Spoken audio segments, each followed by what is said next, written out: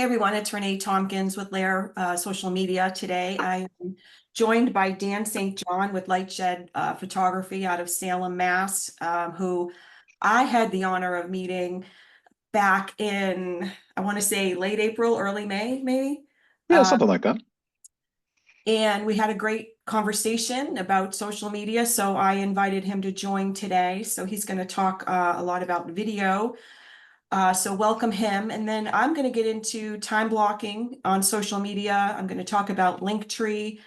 And I've also been emailed a couple times about how to start a Facebook business page. So I'm going to go through those steps with you all today. And then, as always, we'll close with mindsets for success. And as you know, I'm a avid book reader, so I do have a recommended reading, a book for the month that I'll recommend to you. Expectations for today's class, as always, is to maintain a growth mindset, be open to making results-based changes in your business that will grow it. And again, this class is for people that want to grow their business on social media. And then also to take notes and interact by asking any questions or sharing. And then challenge yourself to develop your own success strategy on social media. We'll go over a lot of stuff, and this is a series that's been taking place for the last well over a year. So there are some strategies that we recommend that may not be for everybody, but certainly, again, by keeping an open mindset, you can certainly look to grow your business by some of the strategies that we share. And so a thought for today was that social media is all about connecting with your audience. And when you do that, when you truly and authentically connect with your audience, watch the magic unfold in your business, because this is sort of like an online forum for networking per se. It's a way to network with people, to connect with people and build relationships with people, because this is pretty much where people are hanging out on social media. So well, again, today, welcome Dan St. John from Lightshed, and you can take the show. Awesome. Thank you so much, Renee. Everybody here, what do we got? 6 of us hanging out right now. It's nice to chat with all of you. Let me. Oh, Renee, would you mind handing over the reins to share what I've got? See here. Let me see here. Let me see. Oh, it looks like it's letting me now just because you stopped sharing. That might have just been the one thing we needed to do. So let's see. Perfect. Let's go to present. Make sure you can all see what we're looking at. Cool. Can everybody see what I'm looking at right now? Yes. Okay, perfect. Well, Renee, thank you again. Once again, folks, my name is Dan St. John from Lightshed Photography Studio. We have been in the real estate media business for just about 15 years now, which is kind of hard to believe. It used to just be a tripod and a camera, and things are much different today than they used to be. But one of the most frequent questions I get involves video and how to utilize it on social media, how to utilize it in listings, as a way of kind of getting a step up or a leg up on social media. You know, when the CEO of Instagram gets online and says we're a video company, people start paying attention at that point. So I wanted to try and demystify some of what's been happening in the past 2 or 3 years, and why you should definitely take a look at either what you can do for yourself or what you can hire others to do for you. So let's move forward here. Maybe.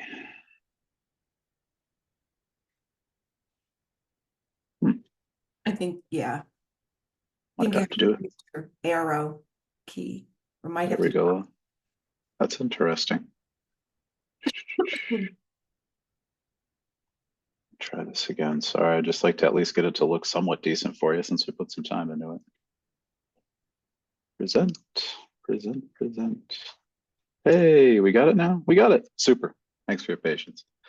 All right, so for who's feeling boisterous at the moment, is anybody here actively using video, or has anybody here tried video marketing in the past and decided not to continue? Don't worry, if I don't hear from you, I can give you the most common responses that I get. Okay, so some of the challenges that we've seen that people have encountered. Number one, it takes too much time. Number two, they don't know what to talk about. That's one of the biggest ones. Right behind that is not being confident on screen, or they're afraid of looking foolish. And last but not least, too expensive when they're looking to hire out. I like to say that the the gateway to entry is embarrassment. You have to be willing to jump into this. And I can promise you that for the first video, for the first 3 videos, and for the first 10, you're not going to feel like you're the master of this particular medium. But it's important that you keep trying, because the world is slowly but surely moving in this direction. And as a photographer, it pains me to say that, because I'm still a fan of the still graphic format. But yeah, you got to jump on top of it. So I'm going to give you solutions for all of those things that I just talked about. But before we do that, let's talk about why vertical video. Because vertical video has started to dominate the scene, or I should say started to dominate the scene a few years ago and outpace everything else available. But what's the reason for that? Depending on where your people are, or where you have your video positioned here, you'll see in the upper right, September 2016, TikTok shows up. TikTok shows up, and needless to say, the other US-based media companies were not huge fans of that. It took a few years, but in August 2020, Meta, which owns Facebook, decided to jump into the fray, and they introduced Instagram Reels. Essentially the exact same format as TikTok, not the exact same length, but to try and start competing with them, because they were starting to lose a little bit of market share. Now, once Meta jumped in, things started to speed up a little bit. September 2020, YouTube Shorts gets introduced. Once again, this is Google's response to Instagram Reels as well as TikTok. And everybody is now duking it out. But the question is, why are they duking it out? What's the reason for this?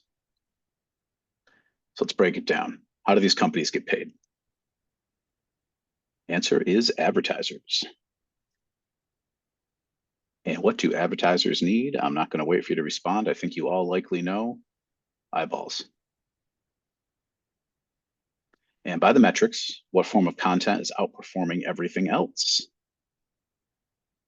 You guessed it, vertical video. So thanks for slow walking us to that conclusion, but why does this matter? And this is where things start to get interesting. Social media companies want advertisers on their platforms. Advertisers equal dollars, obvious.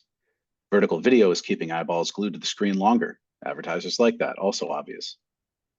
To give advertisers what they want, social media companies are incentivizing creators to make the content that keeps eyeballs glued to the screen. And how are they incentivizing creators? By giving your vertical video a promotional boost, which means your content's going to go further without you having to pay for the travel, which is the biggest reason why we've pushed this media for the past 2 or 3 years.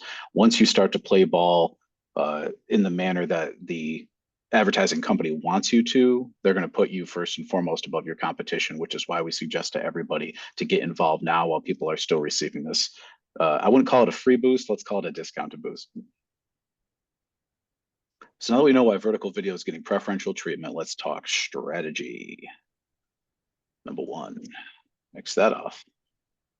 Where do people get their talking points, and are they scripting every video? Because this goes right back to the second bullet point at the beginning of this presentation. Nobody seems to know what to talk about. Well, not nobody, but most folks that I speak with don't even know where to start. So some people are great at doing this off the cuff, but let's give you some help. Enter artificial intelligence and ChatGPT. So here's a playbook strategy for you. Number 1, identify your niche. For this example, let's use real estate. To narrow it a bit further, we'll choose first-time home buyers. Number 2, pick 3 subtopics.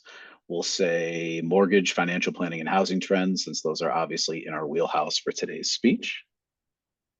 Number 3, we're going to reference the 7 content pillars. Now, if this isn't something that you and Renee have covered in the past, these 7 content pillars can be used to basically make content for any particular topic that you want to talk about. And most items that you see posted on social media are going to fall somewhere within these 7 columns. Last but not least, I don't know who here hasn't used ChatGPT. I used to ask who did use ChatGPT, but in the past few years, this has started to get kind of bananas. If you'd like some more information on ChatGPT, I'm going to be hanging around after I'm done speaking. I can give you a little bit more, but ChatGPT, although it won't be your savior here, it can give you a massive leg up.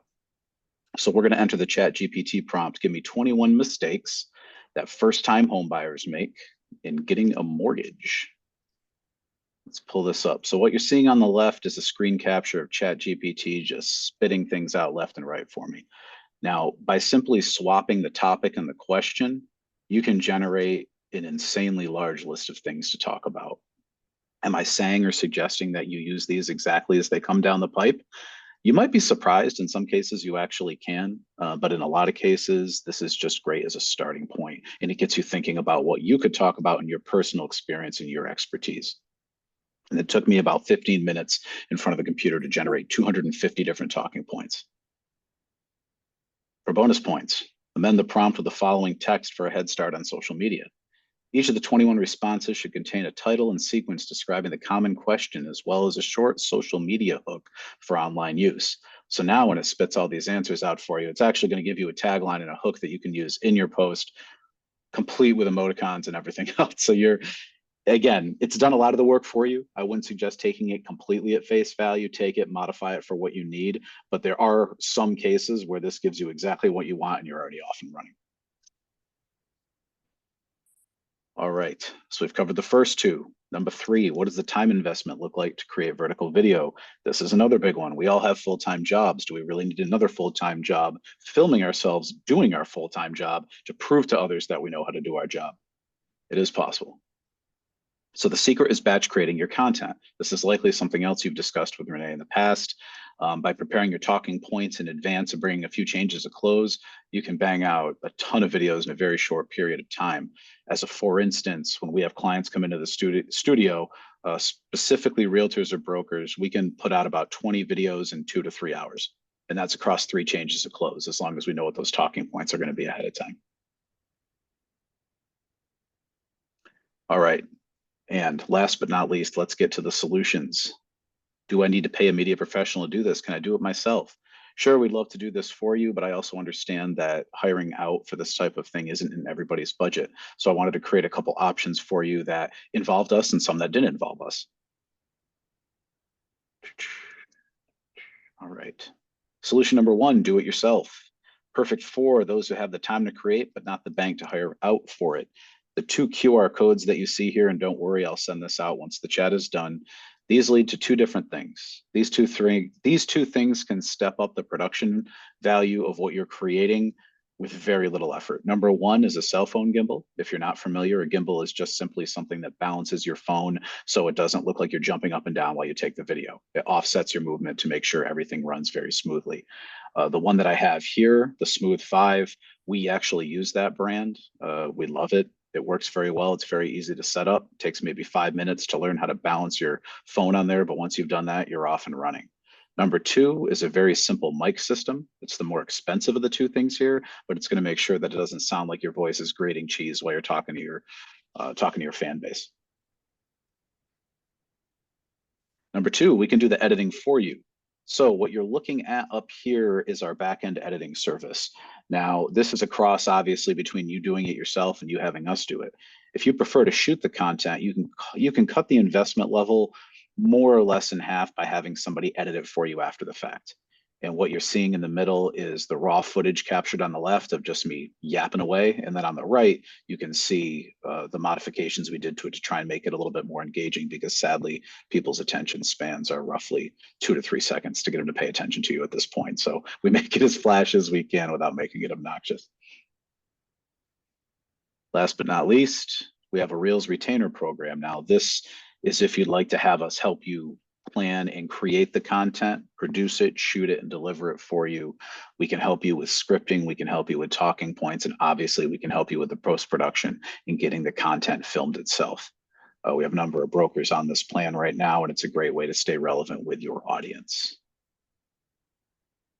Let's get down to the end. So, presentation's fun, but then the question remains, can you really talk about a complex idea in less than a minute and a half? Because I've been talking, I should say, for maybe 10 to 15 minutes.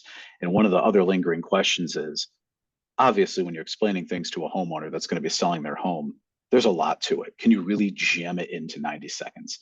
Well, the clip I'm about to play for you is me essentially giving this presentation in a minute and a half to try and hammer the point home to my clients on social media. Buckle up, because I'm about to explain to you why your social media feed is blowing up with talking head videos. Meta, Google, and ByteDance, the owners of Facebook, Instagram, YouTube, and TikTok respectively, well, they need money. Maybe you've seen the rounds of layoffs recently. Well, what brings them boatloads of cash? Advertisers. And what do advertisers want from these companies? Eyeballs. And what type of content did those tech giants figure out held eyeballs the longest? Video. And for bonus points, what type of video is outperforming all others, at least according to the folks with the metrics? Vertical. And social media platforms figured out that vertical video holds attention the longest. What is a social media company to do? Bingo! Incentivize creators to produce the type of content that those social media platforms want you to create.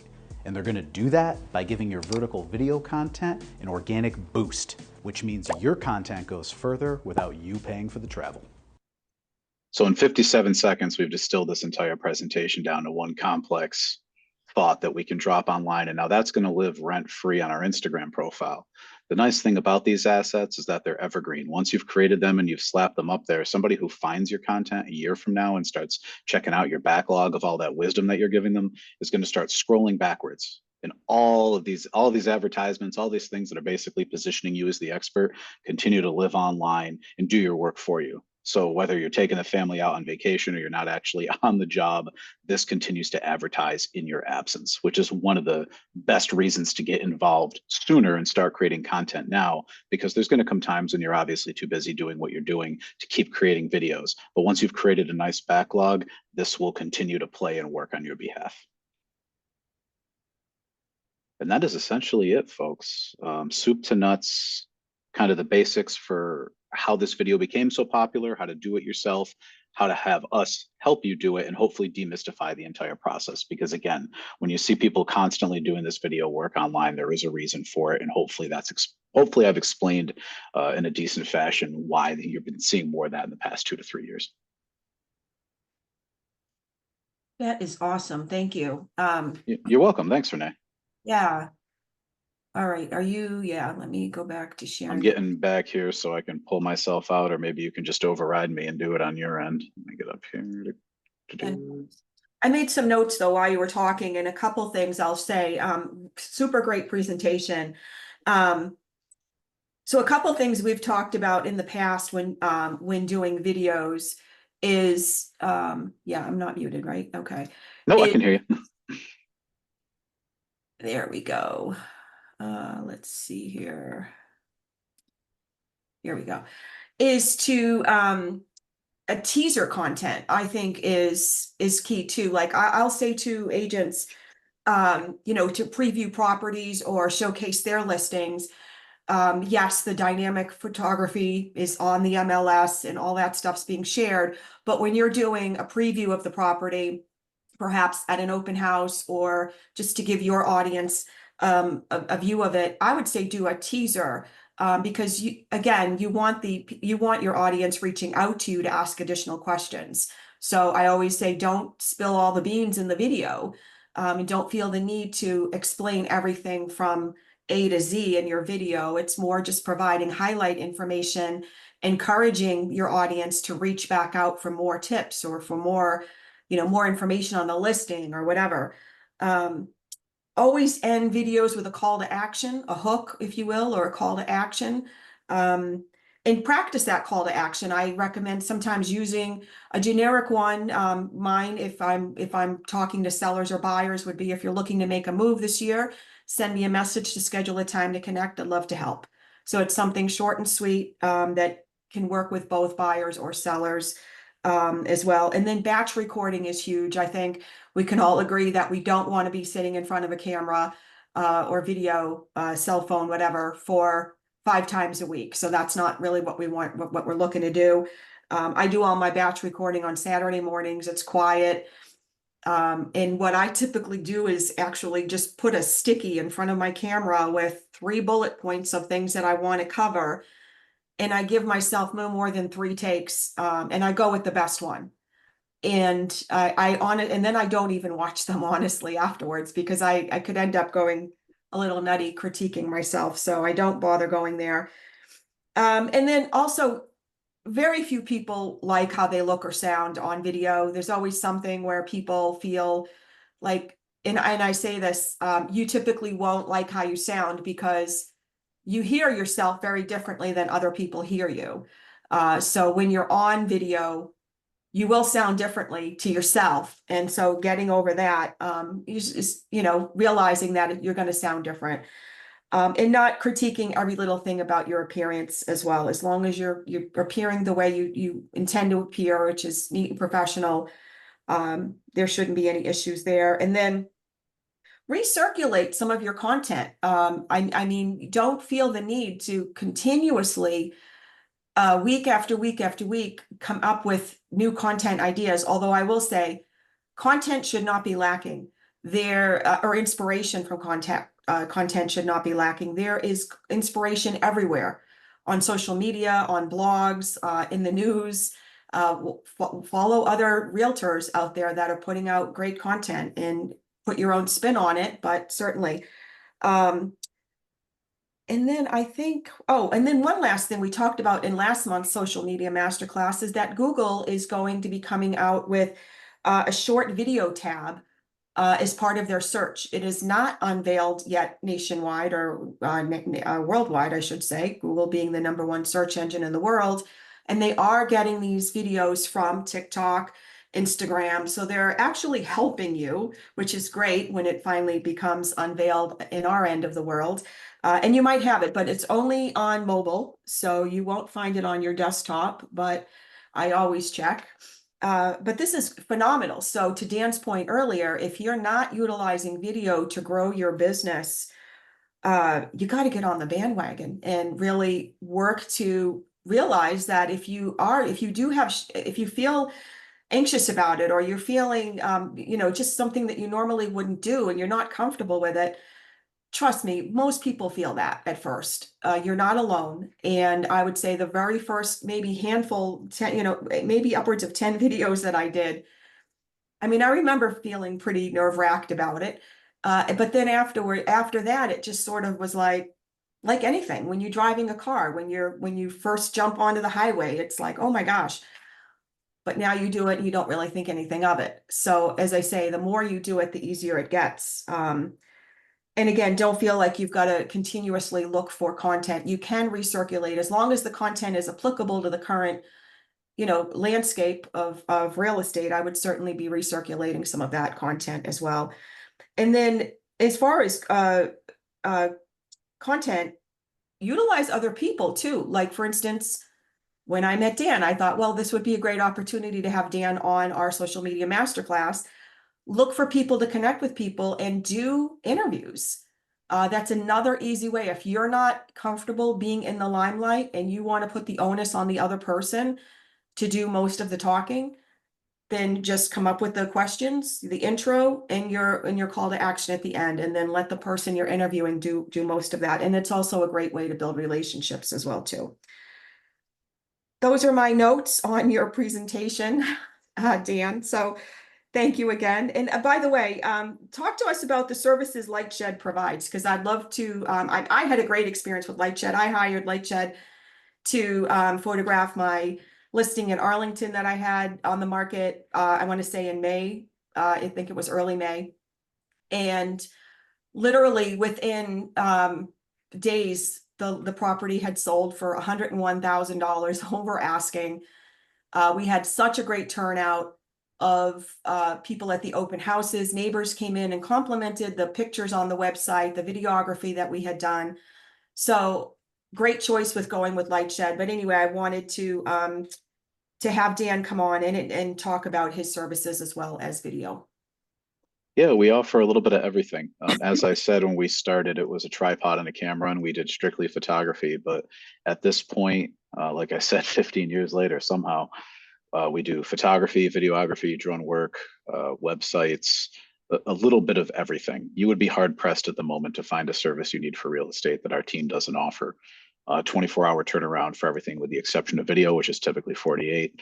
But other than that, yeah, you can find us all over the Boston area. We're all over Eastern Massachusetts. We go all the way out towards Worcester. We do go further for a small travel charge. We also go up into Southern New Hampshire, Southern Maine, down to Rhode Island, and out towards the Cape. As you exit Massachusetts and as you exit Southern New Hampshire, again, a small travel charge, but for most of Southern New Hampshire and the greater Boston area, you've got us. We're here for you. Awesome. And how would they connect with you? How would anybody connect with you?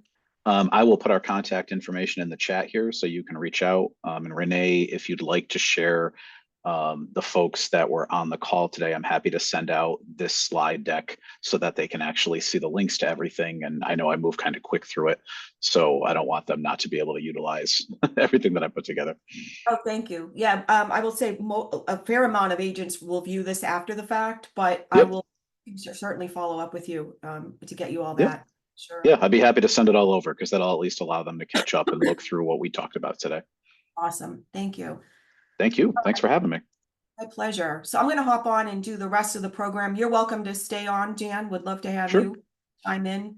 I want to talk about time blocking for success on social media because I have mentioned this in the past, but I feel it bears repeating because I know that it's so easy to get distracted on social media, especially now, I will say, with everything going on politically and there's so much going on, especially on social media. So let's talk about being purposeful on social media for business building. This is what we're talking about. We're not talking about you having fun or doing your own leisurely things on social. This is more purposeful time blocking to build your business on social media. So the first thing is I will say this in time blocking, this will be for all aspects of your business, but we'll touch on specific social media activities as well. But if you're new to time blocking, I recommend starting off with small increments of 15 to 30 minutes. And then going into a time block, you want to define your goal. Each time block should be action-based. So you don't want to go into a time block not prepared with perhaps, and I always say, utilize your CRM in addition to social media. So your CRM should be open, perhaps a notepad or a calendar or anything that you need to help you achieve your task at hand. And then again, make sure, and I'm talking everything. I mean, anything that would take you off track. Like I would bring my tea, my tissues, my water, everything. And here's the thing. If there's something that I know that's going to distract me from the task at hand, I eliminate that from the scene. So again, even if that means your phone and you're working off your laptop or your PC, I would say your phone should be off and over if you're not on your phone when you're working on social. And then another thing is to ask for support. Whenever I'm in a time block, and I do time block a lot, is I let people know that I'm in a time block. So coworkers, family, and friends that I'm in a time block means don't disturb, but also identify your exceptions to that time block. So a time block exception for me would be a true emergency, meaning my house is burning, my child is choking, something absolutely needs to be addressed. Other than that, when those things happen, I am shifting the block, but I'm never deleting the block. And then also don't define yourself or label yourself when you struggle with it. Don't say, oh, I'm no good at time blocking. I can't do it. That's it. I would say this, when you do stuff like that, I get it, but you also give yourself an out from keeping with it. So gently remind yourself you're not where you need to be and guide yourself back on track. And if you started out with a 30-minute block and you struggled with it, go back and reduce it to a 15-minute and then build upon that. So some time blocking mindsets are, and here's another important thing, is to see the time block as non-negotiable. Just as you would not cancel with a doctor who you have been, trying to get an appointment with, you finally got an appointment, you're not canceling on that doctor's appointment, or the $5 million listing appointment where they said, hey, Joe, you did a great job. We're prepared to sign the listing contract with you. Let's agree to meet, and you set a date and time. You're not canceling on that. So this is the mindset of the time block, is that it is non-negotiable outside of actual emergencies. And you can define what those are. I'm glad to have a conversation with anybody on that, if that will help. But the actions now on social media, I would say the actions that you want to be practicing on social media during your time blocks are connecting with your audience and having your CRM open to make any additional notes in their file, meaning any illnesses, any anniversaries, celebrations, anybody who mentions they're out, thinking about making a move. That's an ideal contact for you. So being very purposeful, and then tracking the people you're connecting with. And then making a list of people that you remember that you want to connect with. And so another way to do this on social media would be to create lists of your friends. You can do that by creating like high school list, past coworker list, real estate list, past client list, family list. These help you maintain and see people who are on those lists on your feed. So something to think about. All right. And a mindset moment is to change your mindset from I have to I get to. That is a game changer, for sure. All right, let's talk quickly about Linktree. I'm a huge fan of Linktree, and whenever each Monday you receive your Layer social media pieces from us, in your contact information, your calls to actions, there is a spot to enter your Linktree. And let's talk about Linktree and why you should have one. So first off, let me just say that Linktree is free. I'm not trying to sell you to buy anything that's, a subscription service or anything like that. It's completely free. But they do have an upgrade service, which is lovely. Which if you are selling anything, any services, or you just simply want a really dynamic looking Linktree, I want to say it's like $60 a year or something. It's very nominal. It's not expensive at all. Check it out. But anyway, Linktree makes it easy and convenient for your audience to reach out and learn more about you.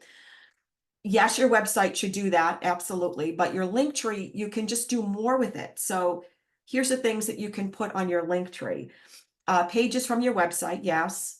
And then also pages from your vlog or blog, as well as your social media channels, video playlists, testimonial links, event links. I mean, really, it's endless. And I will say this, as part of your Layer your Layer agent bundle, through your website, you can create landing pages.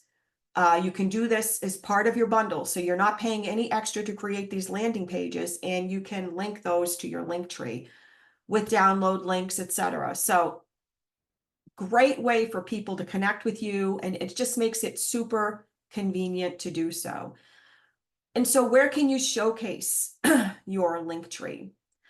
I would recommend showcasing it in your social media bio, especially on Instagram, because you have such limited space to showcase on your bio on Instagram, as well as I would even include it on your Zillow and Google bios, your email signature, your electronic business card if you're using one, as well as your social media posts. So again, if you don't have a Linktree, I would absolutely recommend getting one. It's free.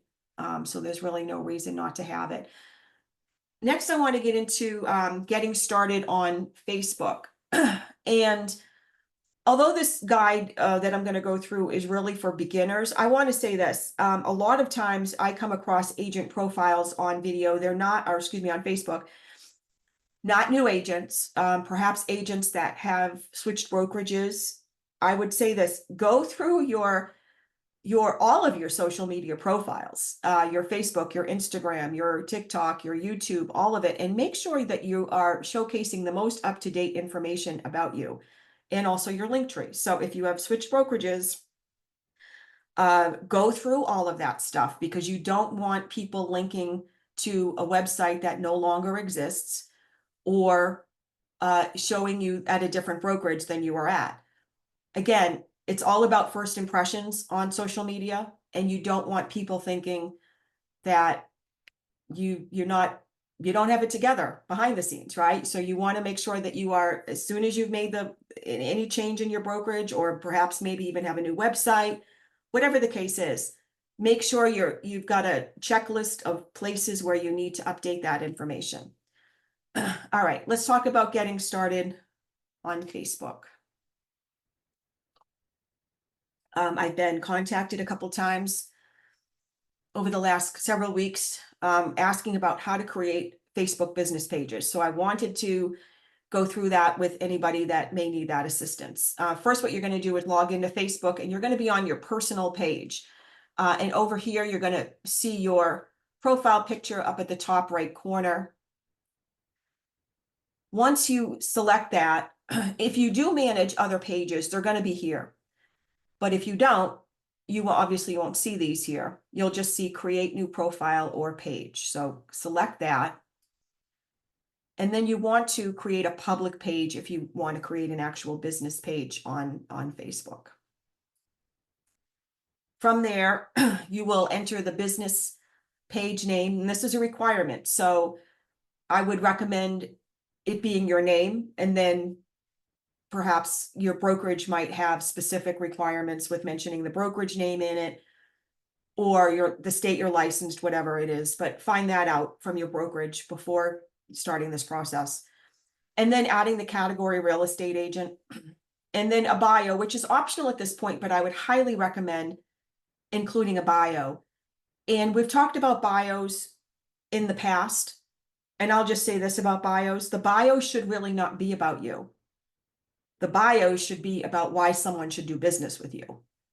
So yes, it should talk about some of the things that you bring to the table, how long you have been in business, any specialties you have. But really, it should be focused on the client. And so keep a very client-centric approach when writing your bio. So just something to keep in mind. And I would recommend using the same bio on Instagram as you're doing on Facebook, TikTok, YouTube, as well as Zillow, all the other third-party sites. You may want to elaborate a little bit on it on your website, but don't make it too long, because I will say most people don't, excuse me, most people don't want to read that much. I would, again, make it about the client, make it very client-centric, maybe a paragraph, 2 at the very most. Even 2 might be too long. Keep it short and sweet. Next, you want to enter your business location. So this is your office address, your business hours, and then as well as your contact information and services. And remember, your contact information should be up to date information, as well as the services you're providing. And then you're going to upload your profile photo, cover photo, and we provide the cover photos every month. You get a different cover photo with an editable link. So if you want to add or edit it, certainly feel free. But your profile picture, let me say this, I've talked about this in past social media masterclasses as well. And your profile picture should definitely, unless you are a team, a large team, your profile picture should be you. It should not be the broker's logo. It should not be any logo other than you, your face. People want to connect with you. Now, if you are part of a large team, talk to your team leader and all that. But I would say your profile picture should be, and it should be a professionally shot photograph. It should not be you on the beach laughing with a margarita in your hand. It should be you as you want to be projected professionally. So keep that in mind. And then I would also say, if you, well, I'll get into this very briefly, but if you have any photos on your personal page that are public, meaning old profile pictures, or any photos that are public, please go through those photos and scrub them. Meaning, if there's anything in there that's not appropriate that you wouldn't want a client to see, then either change the privacy settings on them or delete them. So definitely take the time to do that. That's super important on social media. And then lastly, review all your information to make sure it's correct and it's how you want it to appear. If you do need to make updates, certainly do that, and then hit publish or finish. And then invite your friends to like and follow your page. I would say this, I have a strategy that has worked for me. I've gotten about, I want to say over 3,500 likes on our Facebook page. But let me say, it took a while to get there. And to some, that might not even be a lot, but I didn't pay for any of those likes or follows. I actually did it organically. And the strategy that I found that worked best. So instead of going from your personal page and inviting your friends to there's an option on the business page to just invite friends to follow. I would actually message my friends personally with a link to my page and just say, hey, so-and-so, hope all is well. Hope you're having a great summer or whatever. I'd love it if you would help me out by helping me grow my professional page. would you be open to following me on Facebook? And then also I would include a link to my Instagram page too. I tended to get a better response that way.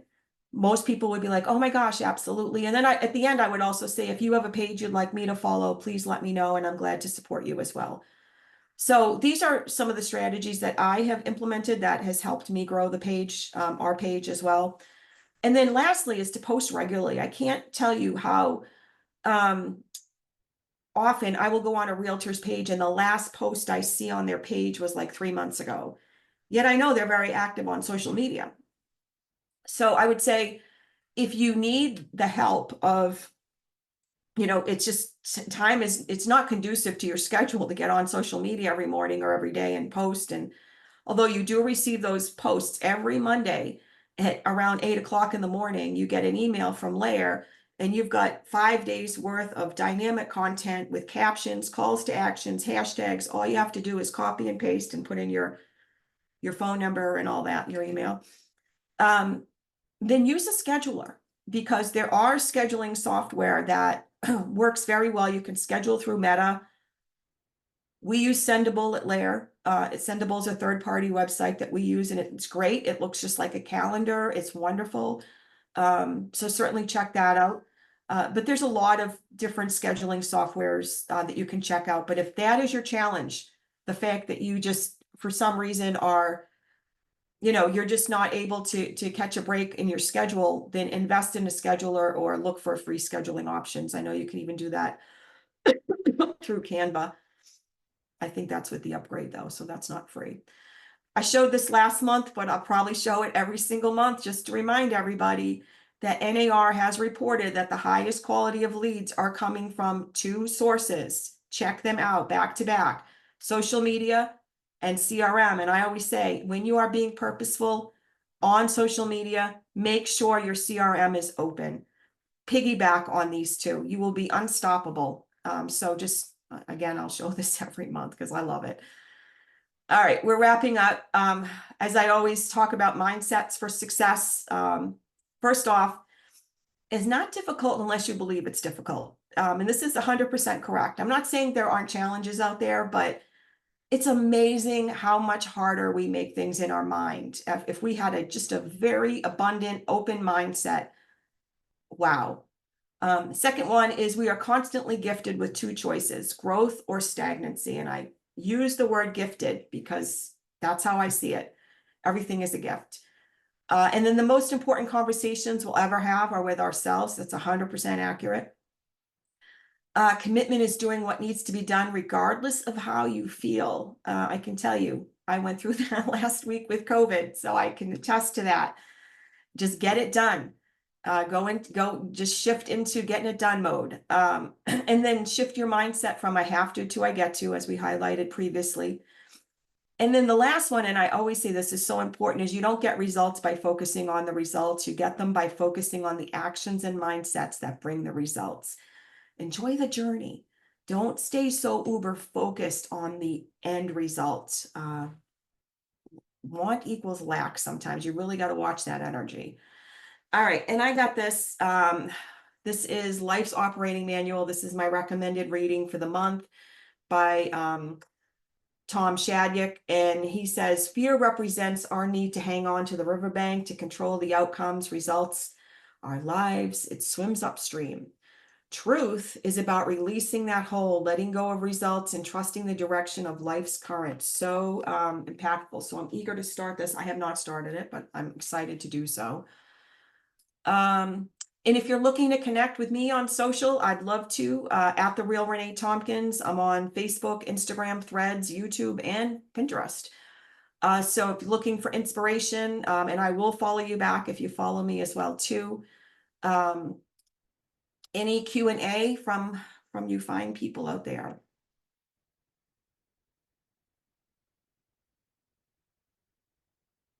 I don't hear anybody screaming, typing. No. All right. So feel free, if you have questions and you're watching this after the fact, which I know plenty of you do, feel free to drop your questions in the comments after, or email us over at Happy Agent, and I'm glad to set up a call with you if needed. as well. And that's it for today. Dan, thank you again for joining us. I really appreciate your presentation, was amazing, and your time. And I can't recommend you guys enough to everybody. So if you have any type of video needs or photography needs, marketing needs for your listing, reach out to Lightshed. You will not be disappointed. Truly, truly, truly impressive service they provide. So Thank you again for having me. Appreciate the time. sure. Yeah, absolutely. Thank you, everyone, for joining us. Have a wonderful day. And to follow us on our training calendar, go to lairrealty.com/training to connect with us for next month's masterclass. Have a great day. Thanks, Dan. Thank you. See ya.